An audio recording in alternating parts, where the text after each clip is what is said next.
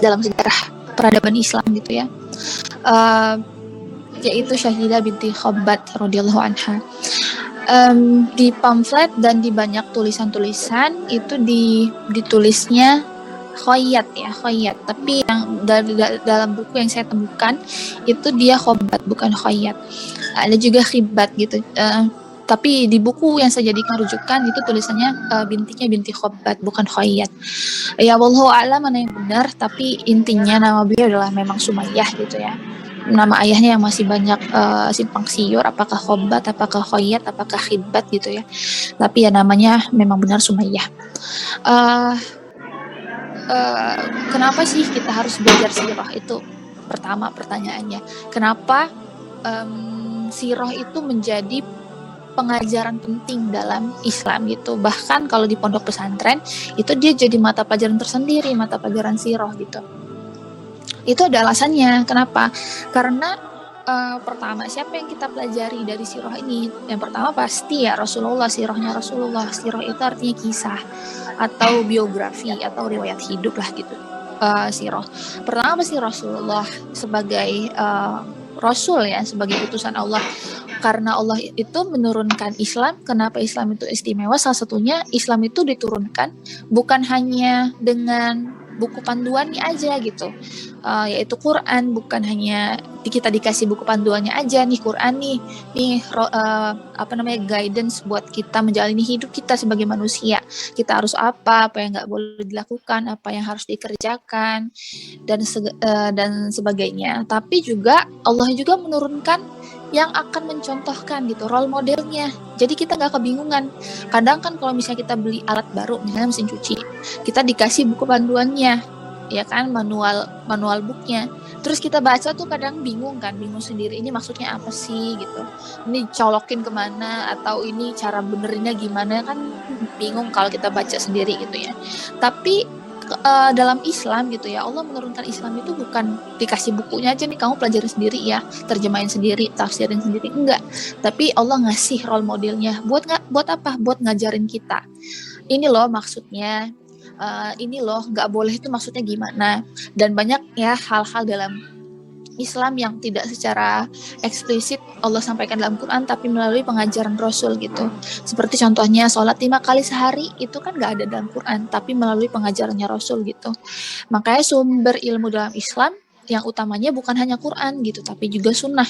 Sunnah itu apa yang dikerjakan Rasul, apa yang dikatakan Rasul, dan apa yang disetujui Rasul, itu namanya sunnah.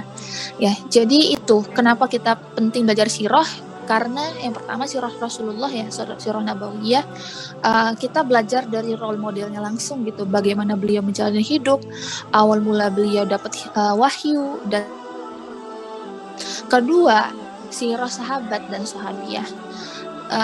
Secara struktural sahabat dan sahabiyah ini adalah orang yang dididik sama Rasul langsung gitu.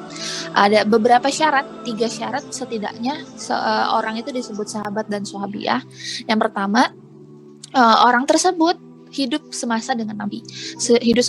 Yang kedua, dia menerima Islam. Ya, menerima Islam dari Rasul gitu ya, secara langsung maupun tidak langsung menerima pengajaran Islam. Yang ketiga, mati sebagai muslim. Nah, ini syarat orang disebut dengan sahabat dan sahabiyah. Contohnya nih ya, kisah yang terkenal juga Uwais Al-Qarni. Uwais Al-Qarni beliau nggak termasuk sahabat. Kenapa? Meskipun dia hidup semasa dengan Rasul. Oh iya, sahabat salah satu syaratnya lagi bertemu dengan Rasul. Uwais Al-Qarni ini meskipun dia hidup semasa dengan Rasul, menerima Islam, dan dia mati akhirnya sebagai muslim, tapi dia nggak pernah ketemu sama Rasul. Nah, dia nggak bisa disebut dengan sahabat. Jadi ada beberapa syarat seseorang itu disebut sahabat dan sahabiyah.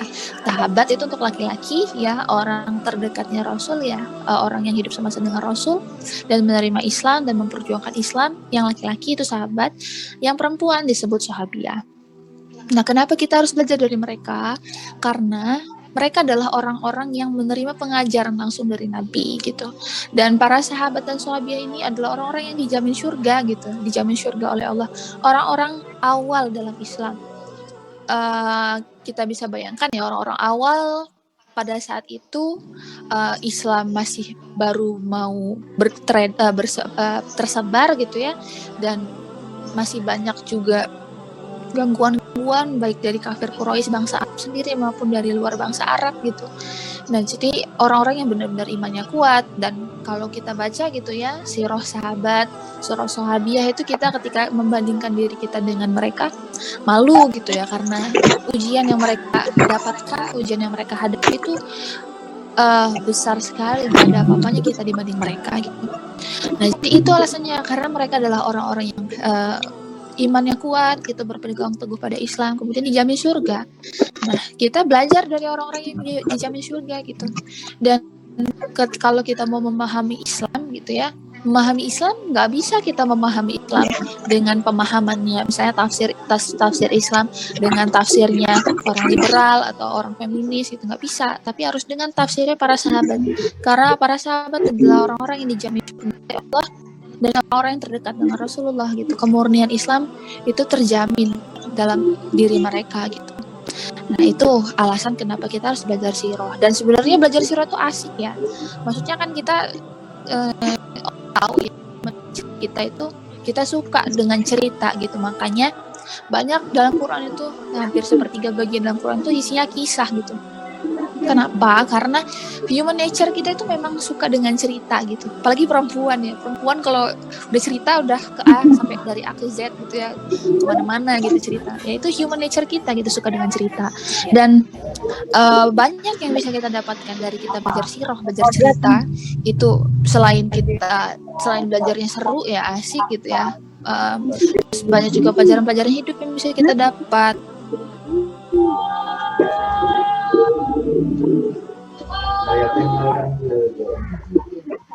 Jangan lihat kita orang.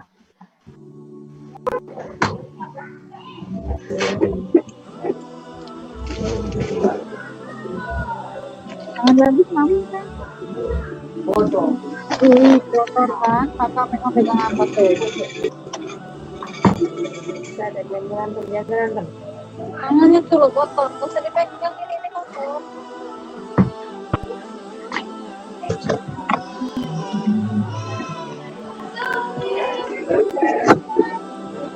Baik kan gitu Pak.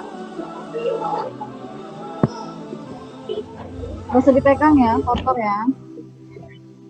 Kotor.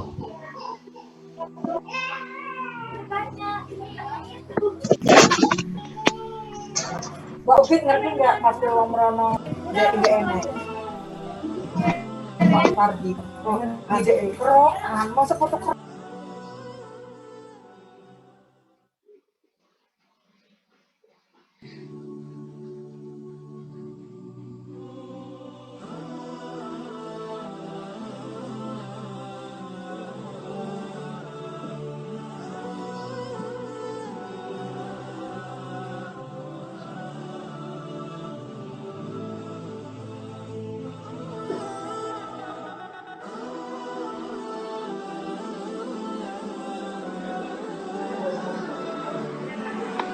Jadi kering, merepuh gitu, jadi rusak.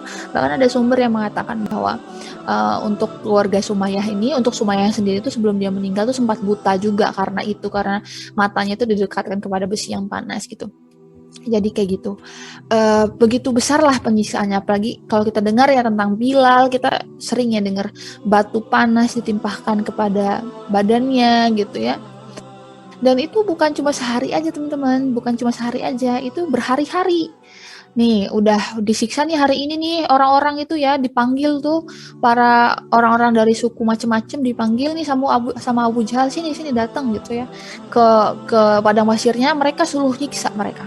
Bayangkan tuh segitu banyak orang dari suku Quraisy itu disuruh nyiksa, apa aja yang mau disiksa, siksa lah gitu. Dilempar batu lah, diapain aja, pokoknya terserah mereka gitu. Dan itu yang terjadi gitu, karena orang-orang tersebut kenapa disiksa ya, karena mereka memeluk Islam gitu. Itu alasannya cuma karena mereka memeluk Islam.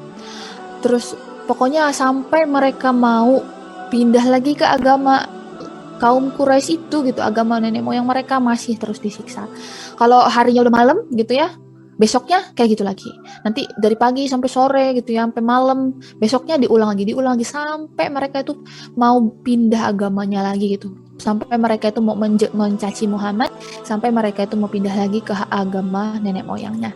Tapi ya dengan segala bentuk penyiksaan itu nggak membuat mereka itu uh, patah semangat gitu ya, nggak membuat mereka itu uh, apa ya, putus asa gitu.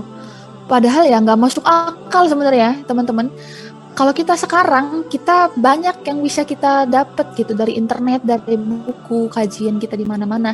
Banyak hal yang dapat menguatkan keimanan kita gitu, apalagi penelitian, teknologi segala macam udah canggih, sudah banyak yang bisa membuktikan kebenaran Quran. Ya, contohnya di Quran disebutkan ada 2 laut yang bertemu dan mereka tidak saling tercampur. Itu ada di dalam Quran surah Al-Furqan kalau nggak salah ya, dan dalam surat Al-Kahfi juga ada ayat seperti itu. Dan teknologi modern beberapa abad setelahnya baru deh nemuin tuh ada beneran memang ada 2 laut yang bertemu. Terus apalagi misalnya kalau kimia, tentang kimia itu yang terkenal tuh tentang besi ya. Dalam Quran surat Al-Hadid itu disebutkan bahwa besi itu diturunkan sama Allah. Allah menurunkan besi ke bumi. Penelitian modern akhirnya menemukan bahwa besi itu memang originally bukan dari bumi gitu. Nggak kayak mineral lain ya yang memang tersimpan di dalam bumi, bukan, tapi dia dari meteor langit gitu. Dan itu bukan berasal dari bumi, jadi meteor dari langit itu jatuh ke bumi dan itulah akhirnya sumber besi gitu. Nah itu kan akhirnya terbukti ayat Quran, dan banyak ayat-ayat Quran yang terbukti oleh penelitian sains gitu. Nah kita kalau hidup di zaman sekarang enak ya kan, udah banyak sumber-sumber yang kita bisa baca, kemudian banyak penelitian-penelitian yang bisa menguatkan keimanan kita. Banyak juga guru-guru kita yang ngajarin kita, yang menguatkan keimanan kita, teman-teman terdekat kita. Seperti ini misalnya ya, mengadakan kajian, iman kita semakin kuat, semakin yakin. Orang kalau dikatakan sekarang, Muhammad itu bukan Rasul terakhir, jutaan orang bakal marah. Karena kita tahu Muhammad itu Rasul terakhir, dan apa yang disampaikan Muhammad itu bukan perkataan dia, tapi perkataan Tuhan. Kita bisa dengan yakin menyampaikan itu. Tapi coba teman-teman bandingkan ya dengan kondisi para budak pada saat itu gitu ya. Mereka tuh apa loh sumbernya gitu. Sumbernya cuma yang mereka anggap benar itu cuma perkataannya Rasul gitu, perkataannya Rasul doang gitu. Dan nggak banyak yang mereka dapatkan dari itu kan, nggak banyak sumber gitu ya, nggak banyak apapun yang menguatkan keimanan mereka gitu. Nggak banyak buku bacaan pada saat itu, ulama-ulama juga yang nggak ada, baru cuma Rasul doang gitu kan. Tapi keimanan mereka tuh luar biasa gitu. Dengan segala kondisi keterbatasan saat itu ya, bahkan hanya dengan beberapa ayat, bahkan Quran juga belum komplit pada saat itu ya, baru hanya beberapa ayat yang diturunkan, mereka udah sampai yakin gitu, yakin seyakin-yakinnya, sampai disiksa dengan segala macam siksaan mereka tetap teguh gitu. Itu bedanya kualitas para sahabat dengan kita. Seperti yang saya sampaikan tadi ya, kita sekarang kebanyakan mikir aja bisa bikin ateis gitu.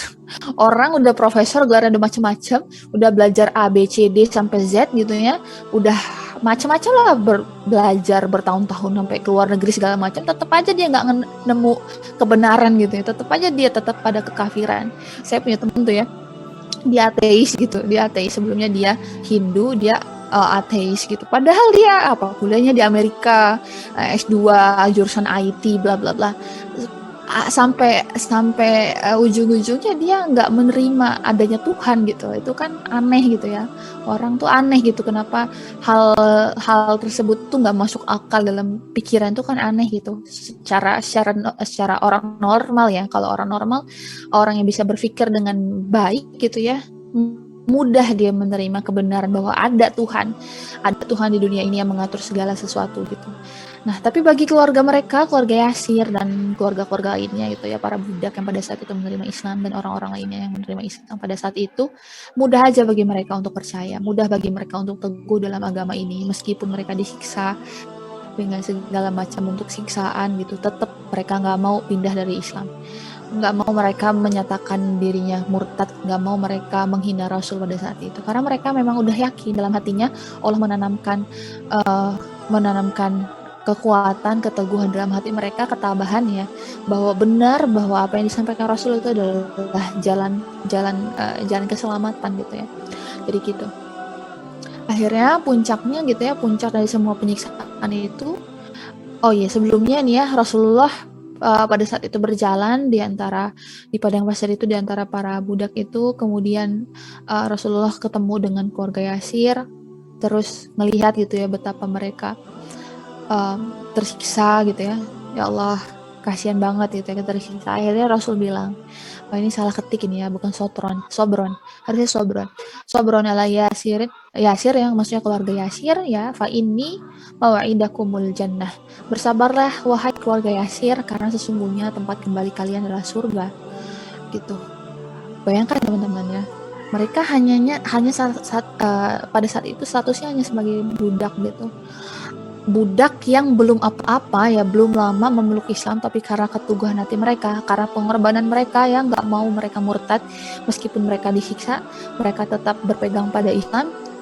Langsung kontan Rasulullah bilang tempat kalian adalah surga.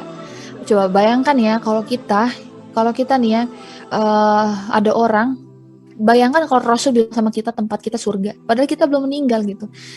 Kita masih di dunia, kita sekarang gambling nih sama nasib kita nanti, kita di surga apa neraka gitu. Bayangkan ketika orang ya nomor 1 dalam Islam gitu ya, utusannya Allah, langsung menjamin kontan keluarga kita dengan surga.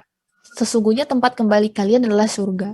Itu menurut mereka gitu ya, menurut para budak yang disiksa pada saat itu, kaum muslimin yang disiksa pada saat itu, udah tuh hilang semua penderitaan mereka. Karena apa? Karena sudah ada jaminan bahwa setelah mereka meninggal, ya bagaimanapun mereka meninggalnya gitu ya, jaminannya adalah surga. Kalau apa? Kata kuncinya, kalau bersabar.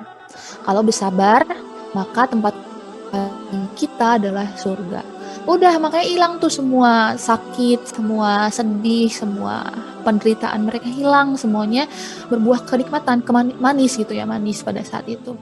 Dan apa perkataan Sumayyah pada saat itu kepada Rasulullah?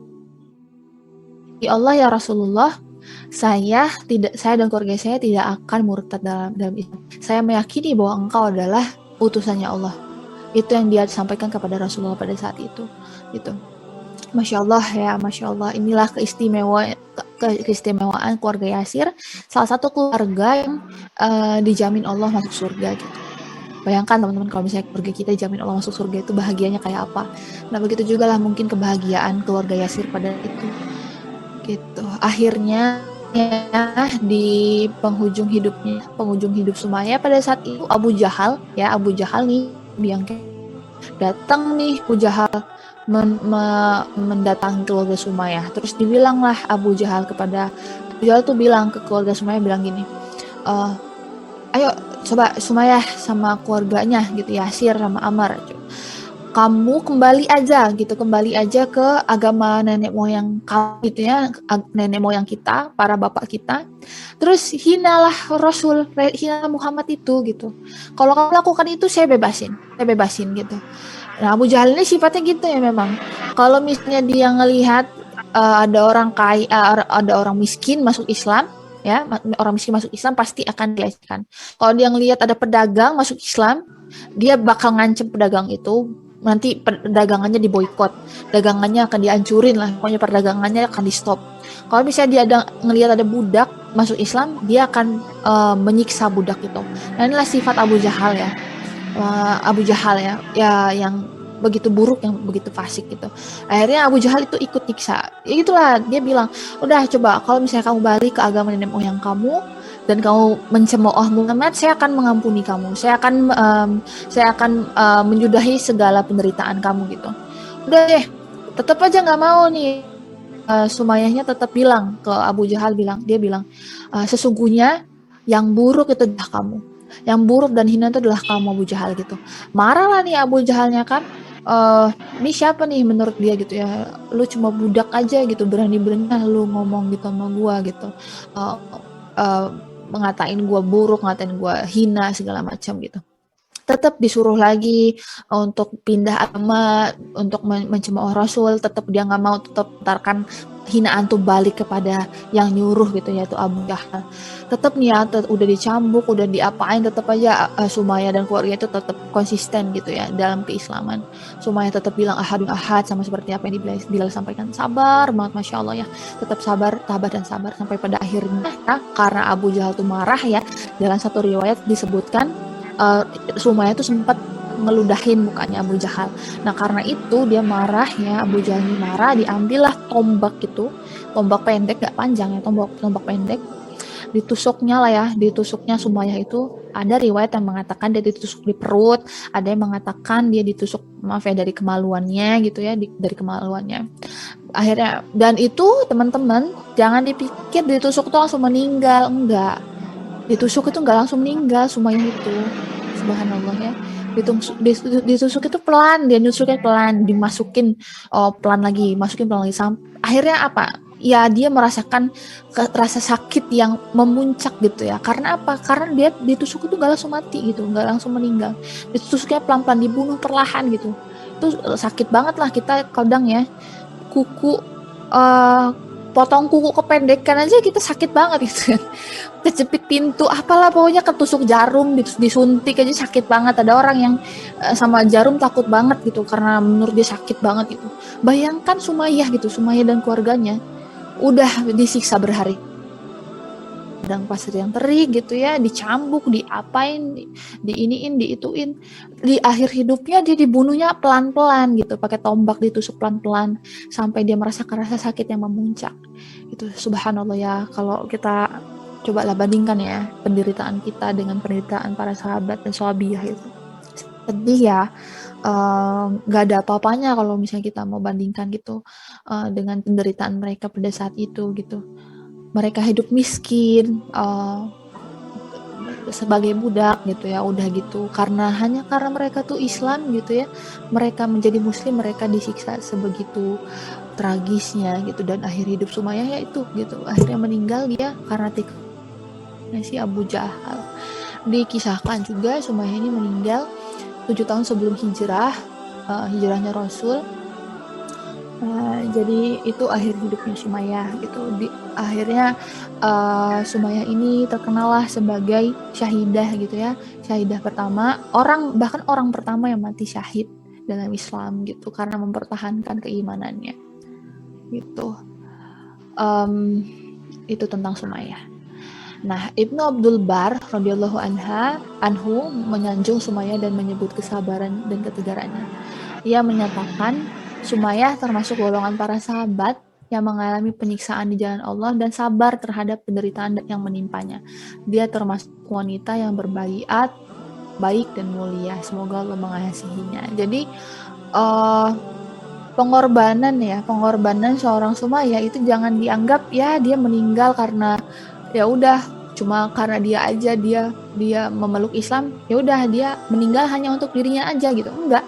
Ini jadi contoh, syahidnya Sumayyah ini menjadi contoh buat orang-orang lain gitu ya pada saat itu untuk istiqomah gitu, untuk tetap berpegang teguh pada pendiriannya gitu, pada keislamannya. Mereka pada apa yang mereka yakini benar gitu.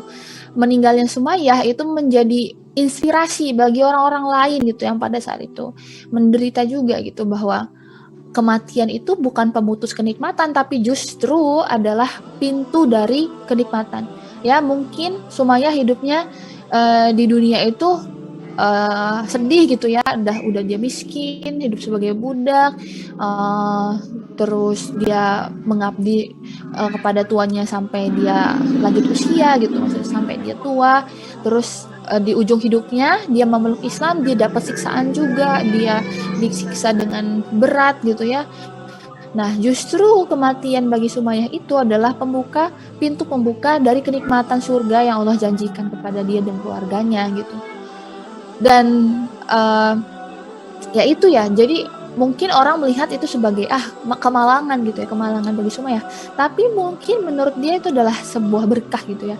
Penyiksaan itu adalah sebuah berkah ya, yang membuktikan bahwa dia adalah salah satu orang yang beriman kuat gitu, yang dia bisa membuktikan keimanannya kepada Allah sehingga dia mendapatkan ganjaran surga. Karena Allah berfirman kan dalam Quran itu, apakah kamu akan mengatakan kamu tuh beriman tanpa kamu diuji terlebih dahulu gitu. Nah, ini adalah bentuk ujian bagi Sumayyah dan keluarganya gitu. Bentuk ujian yang bisa membuktikan bahwa mereka itu benar-benar orang yang beriman, dan itu terbukti gitu bahwa mereka beriman. Dan coba kita nggak, istimewanya gitu ya, Masya Allahnya mulianya orang ini, kita nggak hidup sejaman dengan dia, kita nggak pernah lihat wajahnya, kita nggak pernah tahu asal usulnya gimana, Tapi kita tahu bahwa Sumayyah itu adalah wanita mulia dalam Islam. Begitulah Allah menjaga ya, salah satu cara Allah menjaga kemuliaan para sahabat dan sahabiah itu dengan apa? Dengan mengenalkan mereka kepada kita yang bahkan kita hidup 1400 lebih tahun daripada mereka gitu. Ya, tapi kita meskipun kita hidup 1400 tahun lebih dari zamannya mereka, kita tetap mengenal mereka gitu. Ini salah satu tanda bahwa Allah itu memang memuliakan mereka gitu. Nama mereka terus dikenang di sejarah umat ini gitu ya, Masya Allah. Itu. Nah, apa hikmah dari kisah-kisah ini? Dari kisah Sumayyah ini yang pertama, menerima kebenaran itu dari siapa aja. Apa maksudnya tadi? Sumayyah itu dia menerima kebenaran itu dari anaknya ya, dari anaknya Ammar. Nah, stereotipnya, apalagi stereotip orang-orang tua gitu ya, ya namanya orang tua itu pasti paling benar gitu di antara anaknya. Anak itu nggak berhak, kebanyakan orang kan gitu ya. Anak tuh nggak berhak ngasih tahu orang tua apa yang benar apa yang salah. Orang tua tahu segalanya gitu, apa yang benar apa yang salah. Sehingga jarang ada orang tua yang mau menerima sesuatu hal yang disampaikan oleh anaknya gitu, jarang. Nah makanya salah satu hikmah dari kisah ini adalah menerima kebenaran itu dari siapa aja, mau dari anak kecil, mau dari anak, mau dari adik kita nih, kalau misalnya kita kan belum punya anak ya, adik gitu ya, adik kita, kalau adik kita ngasih tahu kita yang benar gitu ya, ya diterima gitu, karena kebenaran itu dari siapa aja, dari anak kecil juga bisa gitu ya, dari siapa aja deh gitu. Nah keutamaan keluarga Yasir dan Sumayyah ini ya, dia menerima kebenaran dari anaknya juga, jadi dia sebentar ya, jadi dia terbuka gitu ya, terbuka dengan kebenaran gitu, dia nggak menutup diri dia dari kebenaran mentang-mentang anaknya yang ngasih tahu, anak kecil mau tahu apa gitu, enggak, dia nggak kayak gitu. Jadi ini salah satu hikmah kita yang bisa kita petik, terimalah kebenaran dari siapa aja, bahkan dari musuh kita. Kalau musuh kita ngeritik kita tapi itu benar, ya diterima gitu ya, diterima. Jadi itu karena itu adalah salah satu ciri orang yang dapat hidayah, itu dia bisa menerima kebenaran dari siapa aja gitu. Banyak juga kan kisah anak-anak yang membawa orang tuanya ke jalan kebenaran ya, anak-anak yang misalnya mu'alaf ya, dia nyampaikan ke ibunya, nyampaikan ke ayahnya, akhirnya keluarganya masuk Islam juga kan, juga banyak gitu. Jadi ini adalah salah satu hikmah yang bisa kita petik. Yang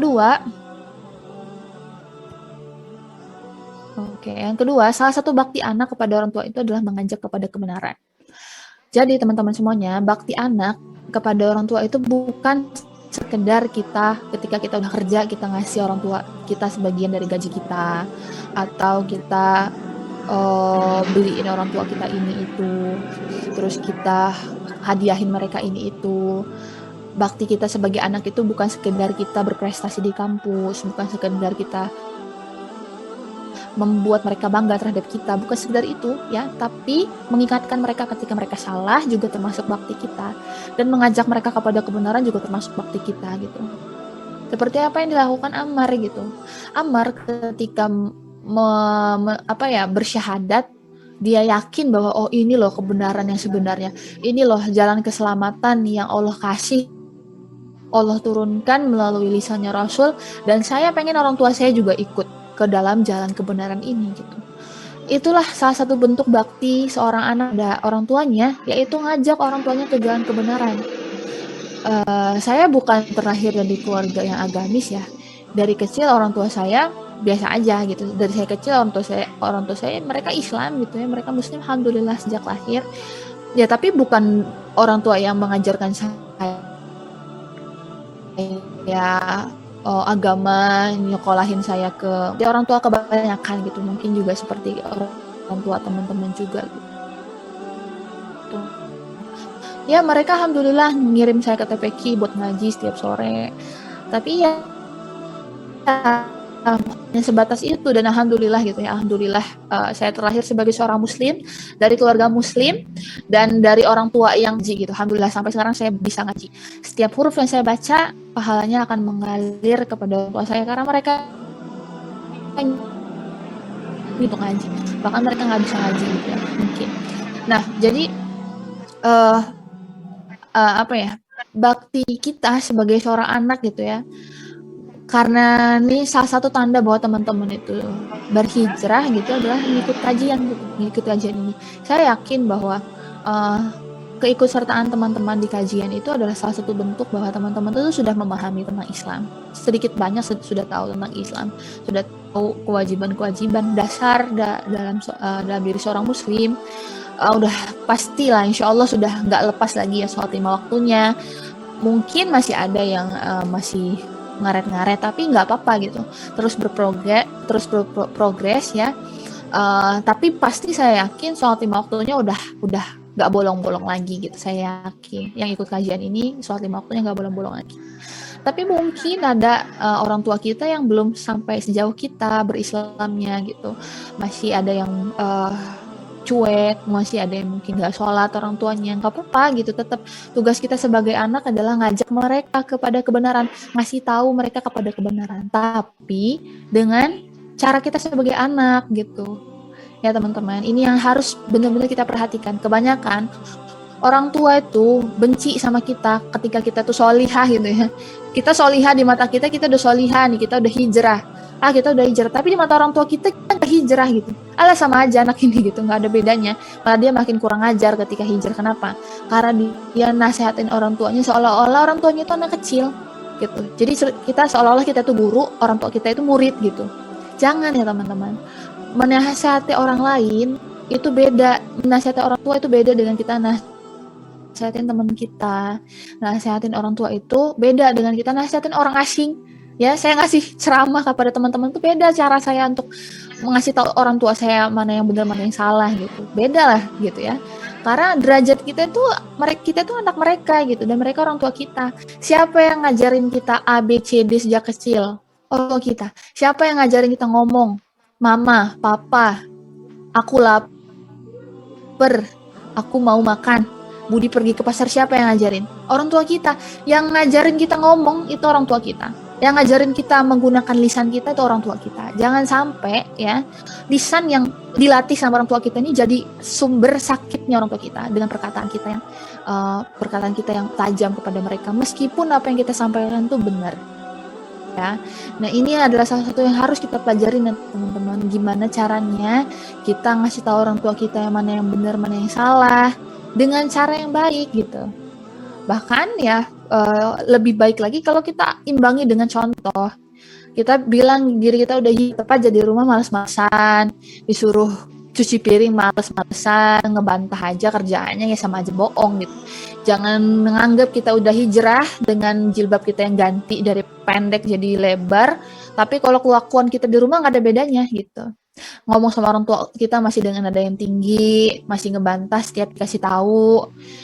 Meskipun orang tua kita nyuruh kita berbuat yang salah gitu, kita nolaknya dengan cara yang kasar juga gitu. Jangan sebut diri kita udah hijrah kalau kayak gitu. Kita belum hijrah tuh, masih jauh. Justru orang tua itu banyak tersentuh hatinya itu ketika kita berubah kelakuan kita di rumah, makin jadi makin baik, jadi makin nurut, jadi makin berbakti sama orang tua kita. Orang tua kita kan ngelihat perubahan kita tuh bukan dari omongan kita teman-teman, tapi dari sikap kita kepada mereka gitu. Oh, anak ini semenjak belajar Islam kok makin ngelunjak sih gitu. Nah, itu salah satu tanda bahwa kita salah gitu aplikasi ilmu kita. Anak ini setelah kenal Islam, setelah belajar Islam, setelah kajian kok makin kurang ajar ngomongnya sama orang tua, makin males juga, nggak ada perubahan gitu ya. Nah, jangan sampai itu keluar dari lisan orang tua kita. Yang kita harapkan apa? Anak ini setelah ngaji, setelah kajian, setelah berubah penampilannya makin nurut ya gitu, makin patuh sama orang tua, makin berbakti. Nah, itu yang kita harapkan. Jadi orang tua kita itu ngelihat kita itu dari contoh gitu, dari kelakuan kita, bukan hanya dari kata-kata kita. Kalau kita sudah berkelakuan baik di hadapan orang tua kita, sudah makin baik akhlak kita di hadapan orang tua kita, insya Allah teman-teman percayalah sama saya udah ngebuktiin sendiri, akan lebih mudah bagi kita untuk menyampaikan kebenaran kepada orang tua kita. Akan lebih mudah bagi kita ngajak orang tua kita kepada jalan Islam. Itu ya, seperti apa yang dilakukan Ammar tuh memang anak yang berbakti sama orang tuanya dari awal gitu. Dia baik, hanif gitu anaknya ya. Nah, itu juga mungkin salah satu alasan kenapa orang tuanya mudah sekali menerima kebenaran. Bayangkan kalau Ammar tuh kerjanya bohong aja ya,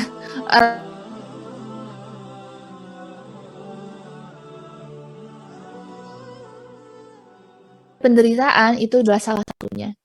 Ya, sebenarnya penderitaan ini adalah salah satu cara Allah untuk melihat orang itu beriman gak sih sama saya gitu, beriman gak sih sama aku gitu. Dan ini cara termudah gitu ya, orang kayak gitu ya, nature-nya manusia itu kalau kita ditimpa kesusahan kita langsung ingat Allah, ya enggak?